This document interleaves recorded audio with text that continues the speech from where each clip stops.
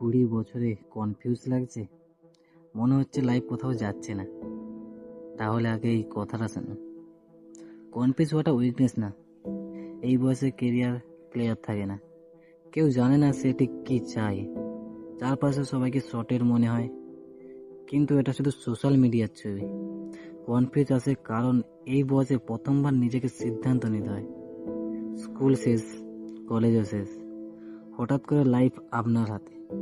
Confuse মানুষ প্রশ্ন করে, আর প্রশ্ন করলে ডাইরেকশন আসে না। যারা বলে সব ক্লিয়ার, বেশিরভাগ সময় তারাও আনসিওর। আপনাকে সব জানতে হবে এমনটা নয়, শুধু একটা ছোট স্টেপ নিন, একটা স্কিল শিখুন, একটা কাজ ট্রাই করুন। ক্লিয়ারিটি অ্যাকশন থেকে আসে, পারফেক্ট প্ল্যান থেকে না। 20 বছর বয়সে কনফিউজ হওয়াটা উইকনেস না, এটা সাইন যে আপনি গ্রো করছেন।